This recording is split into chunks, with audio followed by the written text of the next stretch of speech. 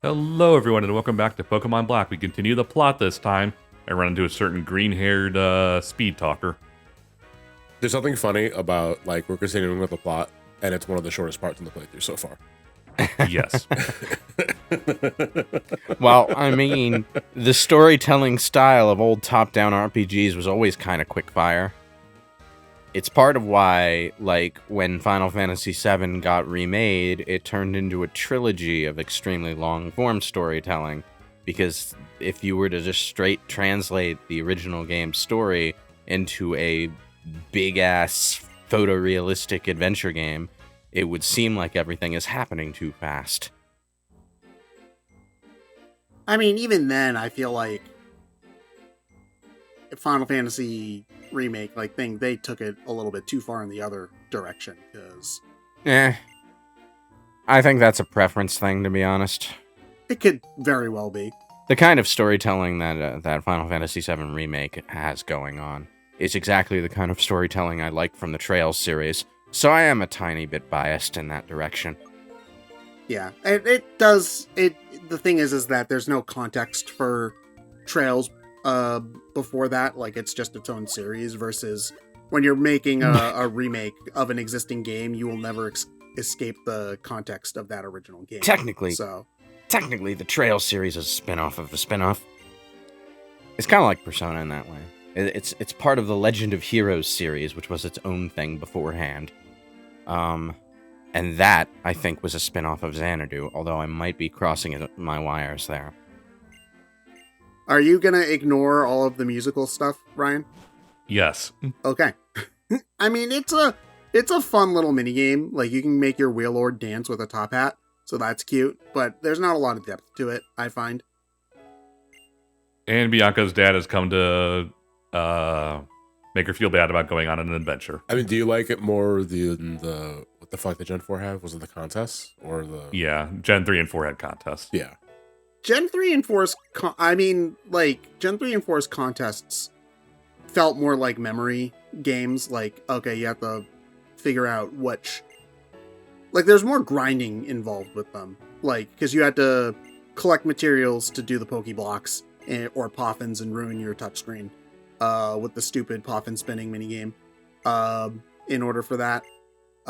Versus here, you just talk to people to get different props for your musical case, so it's just something you can do along the way and jump into at a later point, versus being this dedicated thing. So as a side mode, I think it's better in that regard, because you can just do it whenever the hell you want, and you don't have to build a team for contests, which just involves more grinding. Okay, so the gym leader showed up to abruptly put an end to Bianca's character arc, apparently. Yeah, her dad's just you're too young to go Pokemon traveling. She's like, no, I'm not. And then the gym leader's like, no, she's not. And then he's like, okay, I guess I'm wrong. And then he leaves. Bianca's actually kind of older than the average person who sets out on a Pokemon journey. Well, yeah. the trio for this game are 14, 15? I always thought they were 16, but I could be wrong about that. Nah, they're not that old. Either way, they definitely could have done a lot more with Bianca's. Also, if the Pokemon anime has taught me anything, it's that all the humans in Pokemon world are actually elves, and they age at a glacial pace. And that's how a 12-year-old can have adventures for 10 years and never age a day. Jeez, Ash, you were 10 last year. He started as 10, and if he's 12 after, 7 generations? Right? So, between 1997 and 2017, he ages 1 year every decade, is what we can figure out. Dude, Linebacker Dan, I think you're getting ready for the wrong game. Oh, no. You're like Ash. You're really dedicated to the throwing your Pokeball bit. And throws a ball. Wrong sport. Why would you want to watch people play sports when you could watch Pokemon play sports and it would be much more entertaining?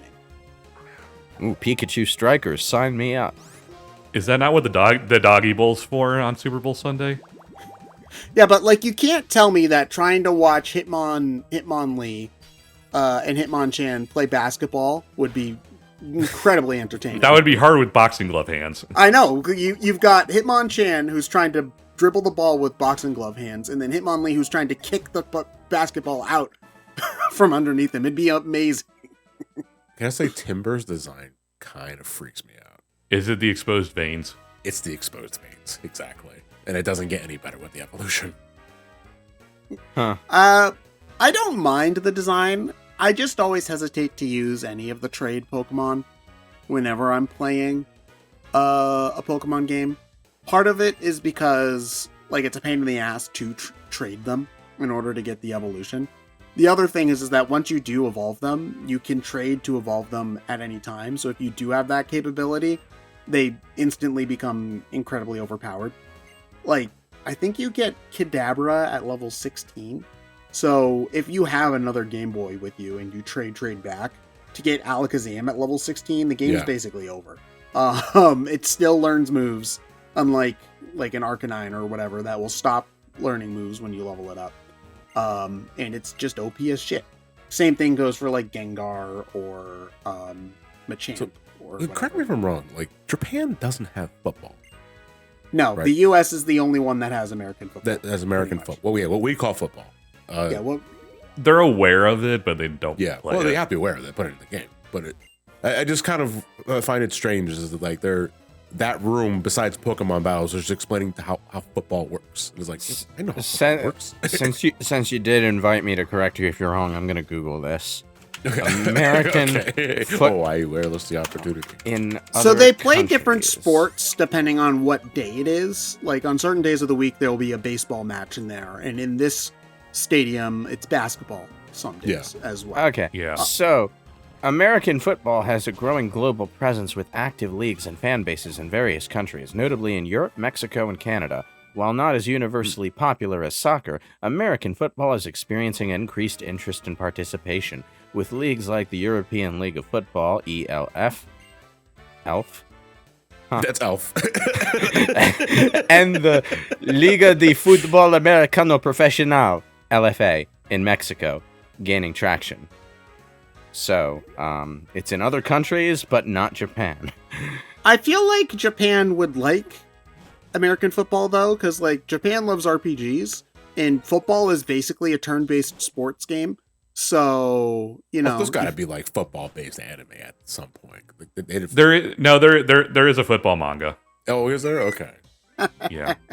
There's one. I can't remember what it's called, but there is one. It's such a turn-based game that they actually made a tabletop game out of it that's basically football D&D. They made a Warhammer spin-off where like the Warhammer 40K, but instead of like having Space Marines shoot each other, they're playing football instead. Warhammer which is honestly Fantasy pretty funny. Football. Wonderful. Yeah.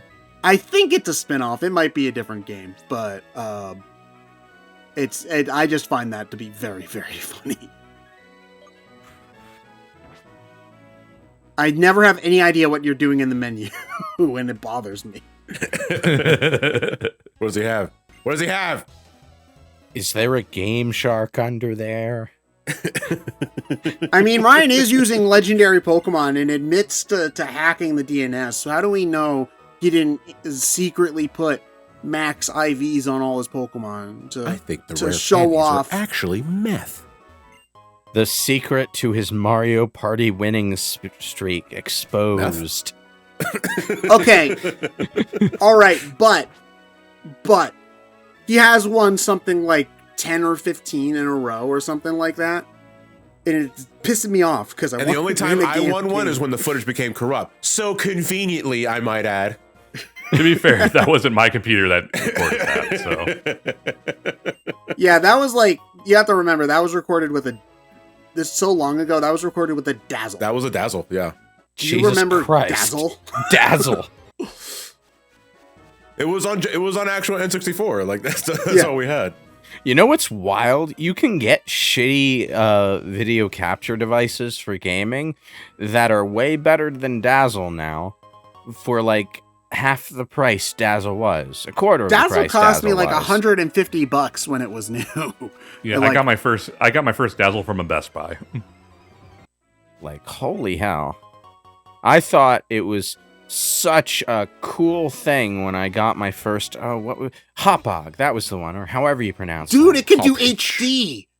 That was so cool. It could do 720p via component.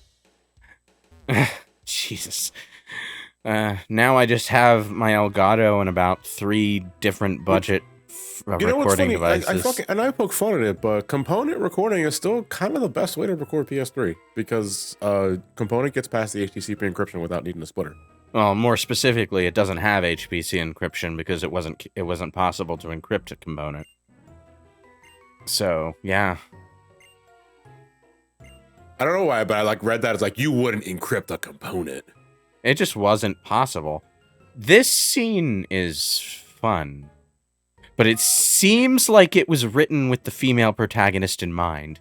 I was gonna say, I have my female friends in high school who also played Pokemon said this scene creeped them the fuck out because the idea of this strange boy is telling you to go into a Ferris wheel with him, and he tells you creepy things about Team Plasma, and they were just like, this freaks me the hell out. Versus when you're a boy in here, it's just like, oh, yeah. Hi, so you like stuff? Well, it's more like, the context of going into a Ferris wheel with a guy is like kind of a date. In fact, it was a date in Final Fantasy VII. It's kind of like a stereotypical date situation. It feels like a situation that was written with the female protagonist in mind because it doesn't make a ton of sense for the male player to even go along with it. They just do it because it's in the script. 2 bros sitting in a Ferris wheel 5 feet apart because they're not gay. Yeah, and has a completely new team based on the Mon in the previous route, so... I also just, at the beginning of this scene, he's like, where's Team Plasma? We should go in this Ferris wheel so that we can look for them. And it's just like, bro, you're the worst liar I've seen in my entire life. Now, N, I'm about to teach you something about Pokemon training. If you just use any random Pokemon that you just caught in the latest route, you're always going to lose at competitive play. And here's why. Effort values. They have none. You see, that's just the propaganda the Pokeball companies want you to hear, Lewis. No, it's not. I can experience share, aren't you? I can open my menu and see the AVs now. It is not a lie. No, you're sheeple listening to what Big Pokemon's trying to tell you. Not Big Pokemon. I think it's called Gigamax. I got that. Oh, okay. Gigantamax is the actual Oh, is it? I'm sorry, I haven't played a Pokemon generation since 1. Well, I think Gigamax is like just the Pokemon getting bigger. Gigantamax is what happens when they get bigger and transform into a super form. Oh, for God's sakes! Yeah, there's 2 different versions. It's stupid. This is part of why Gen 8 pisses me off because, okay, you've got Pokemon with the special Gigantamax forms. Like, you got Pikachu who has Fat Pikachu. But not every Pikachu that you make go into Gigantamax form will become the Fat Pikachu. You have to catch the Super Duper special one in order to do that. And how do you do that? You do raid battles for 5 hours. Actually, one of the expansions added a way to teach another Pokemon the Gigantamax the form. So cool. So now I just have to pay an extra $15. Okay, that makes it better. Okay, just to be fair about that, the Sword and Shield expansions are actually really good. Yeah, but they're also... It's a game I don't like, so why do I want to pay money for a game I don't like to make it slightly better? Which is valid, If you didn't like the base game, why would you be compelled to buy the DLC? But since you already have the base game, you might as well get the DLC that answers... No, you don't. I don't want to spend $15 on a game I didn't like. That answers... Because the specific... Okay, you know what? This entire scene was definitely written as a dating sim scene. Because we're getting a CG now. He steps up close. You get a nice, close, well-drawn look at his Bishonen face, and then he backs off. And it was definitely written with the female protagonist in mind, I guarantee it. You feel like your bond with N has grown closer. N will now walk into the bathroom with you. Rank you up!